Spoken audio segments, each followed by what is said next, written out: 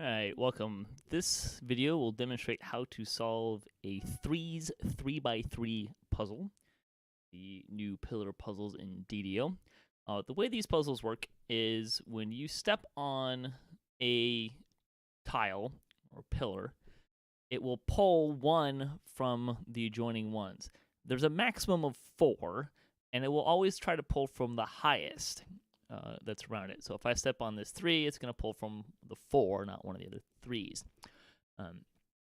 This particular puzzle has some weird idiosyncrasies in that you're going to end up in a bunch of times where it's going to have to pull from one of 2 that has the same number. It tends to, or at least as far as I've been able to tell, it always pulls from the same one. That may not always be true. Hopefully it stays that way because there's a way to solve it. Now, this is not how this puzzle looks when you get to this particular puzzle, although this does look very similar to how we want it to end. So what I'm going to do is show you how to get to a 0 position, or zeroing out the puzzle, kind of what we want to be our starting position, as it were.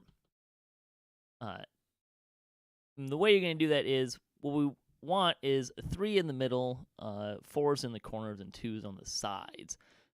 And to do that, you kind of just have to jump around between the corners and the middle until you get to that desired position. Now you notice here that I'm intentionally kind of not going to get what I want. I'm close, but there's a 4 in the middle, and I had to step on that because it was too low. And that's pretty simple to kind of get around. You just step in, get to where I had it there, step in, and now we're to our 0 point.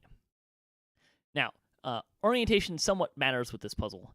However, currently it's symmetrical, but our first step will actually kind of solve that problem for us.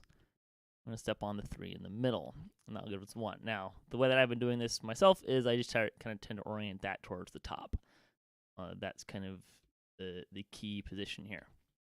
All right, so now I'm going to go through a series of steps. I do have this written out, so you don't have to try to memorize it from this video. There's a link in the description that will take you to those notes, as well as notes for the other puzzles.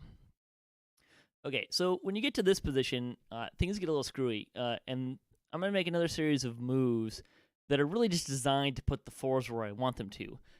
However, again, the behavior that I described earlier, where when you step on one pillar and it has a choice of what to pull from, it always kind of makes the same choice. It doesn't choose it randomly, which is somewhat helpful because it's going to help us solve the puzzle later. But right now it's a little inconvenient. So I need to get the 4s in specific spots in this puzzle. So I'm going to take a series of steps to kind of make that happen.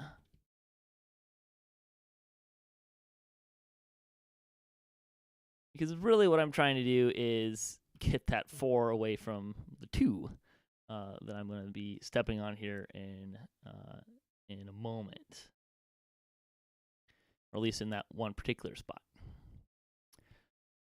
All right, so this is what we want at this stage, and you can see that I ended up with a 4 back where I started from. Again, because of the way the puzzle's drawing 4s from different places, it's just kind of how it needed to happen. I want to step on this 2 here. And again, I need to take a couple of steps just to move the 4s around to where I want them, although it's not too bad this time. Okay, now, and then this is where the puzzle always pulling at the same place actually be beneficial to us.